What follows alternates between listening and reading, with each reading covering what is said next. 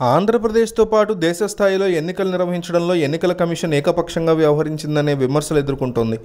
ఎన్డీఏకి ఎన్నికల కమిషన్ తొత్తుగా మారిందని జాతీయ స్థాయిలో ప్రముఖ వార్తాపత్రికలు ఏకంగా సంపాదకీయాలు రాసే పరిస్థితి. ఇక ఆంధ్రప్రదేశ్ విషయానికి వస్తే ఈసీ గతంలో ఎన్నడూ ఈ స్థాయిలో ఆరోపణలు ఎదుర్కోలేదనే అభిప్రాయం వ్యక్తమవుతోంది.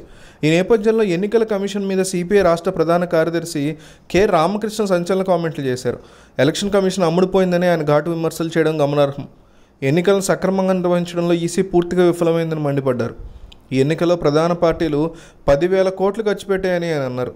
ఎన్నికల్లో ఓటు వేయడానికి డబ్బులు ఇవ్వాలంటూ అభ్యర్థులు ఇళ్ల వద్ద ధర్నాలు చేయడం హాస్యాస్పదంగా ఉందన్నారు. ఇవన్నీ చూస్తుంటే 2029 ఎన్నికల్లో ఓట్లు వేయాలంటే అభ్యర్థి ఇంటికి వెళ్ళి కొట్టే పరిస్థితి రాబోతోందని సంచలన కామెంట్లు చేశారు. ఏపీలో పోలీస్ వ్యవస్థ పూర్తిగా నిర్వీర్యమైందని ఆయన విమర్శలు చేశారు.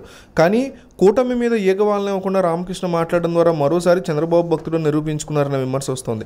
సిపిఐ నేతలు నారాయణ, రామకృష్ణ ప్రధాన టార్గెట్ సీఎం జగన్ మాత్రమే.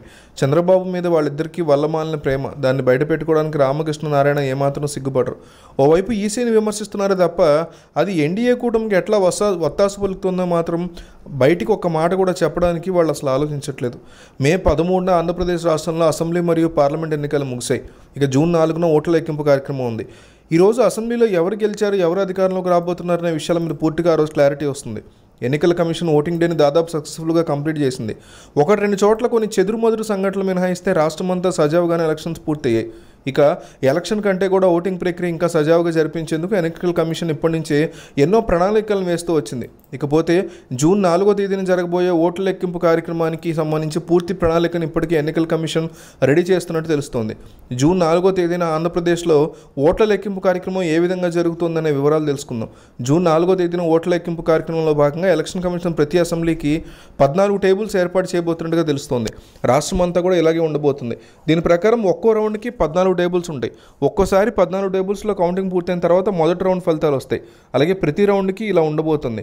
ఇక పార్లమెంట్ స్థానాల్లో ఓట్ల లెక్కింపు కూడా ఇదే ప్రాతిపదికన జరగనున్నట్టు తెలుస్తోంది. దీనిలో కూడా ఒక్కో రౌండ్కి 14 టేబుల్స్ ఉండబోతున్నట్టు, ఆ 14 టేబుల్స్లో కలిపి వచ్చిన ఫలితాలను ఒకసారి విడుదల చేయనున్నట్లు, ఇలా ఒక్కొక్క రౌండ్కి రిలీజ్ చేయబోతున్నట్టు తెలుస్తోంది. ఇకపోతే మొదట మాత్రం పోస్టల్ బ్యాలెట్ ఓట్లను లెక్కించబోతున్నారు.